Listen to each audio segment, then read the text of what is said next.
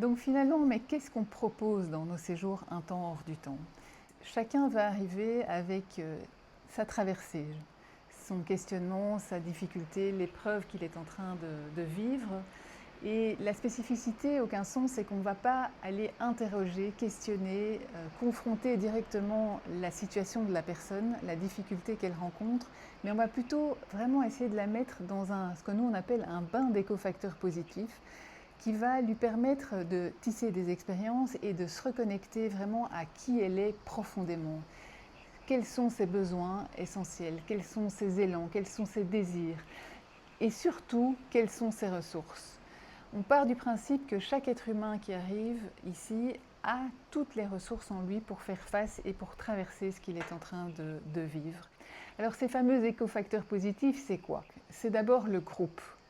Le groupe, c'est le vivre ensemble, c'est partager des moments simples, des moments de repas, des moments de papote autour d'une tisane, d'un café, une petite balade. Mais ça va être aussi toutes ces pratiques qu'on va vivre en groupe et sur lesquelles je vais revenir, qui vont permettre de tisser petit à petit des liens de confiance, des liens bienveillants, des liens authentiques.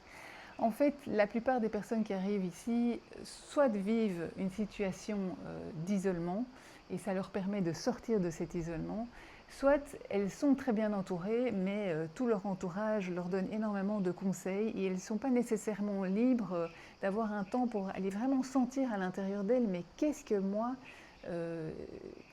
je ressens profondément, de quoi est-ce que moi j'ai besoin, et de pouvoir vraiment faire abstraction de toutes les influences extérieures.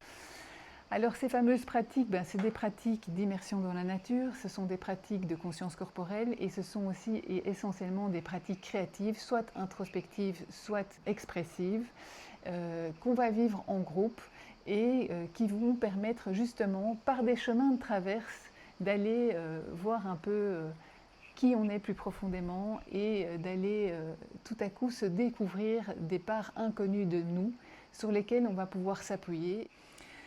La nature aussi, ça va être vraiment notre grand allié, et pour la création de liens, et pour la créativité, et pour notre santé. Finalement, c'est le tissage de toutes ces expériences, de toutes ces rencontres, des moments de solitude, des moments de partage, qui va permettre à chacun de se reconnecter vraiment avec ses potentiels, avec ses envies, avec peut-être de nouvelles perspectives, et qui va repartir chez lui avec en tout cas aussi des outils qu'il va pouvoir utiliser au quotidien. S'il y a un objectif, c'est simplement que chacun puisse se reconnecter à ses potentiels, à ses envies, et qu'il puisse ouvrir une nouvelle vision sur lui-même et de nouvelles perspectives pour sa vie.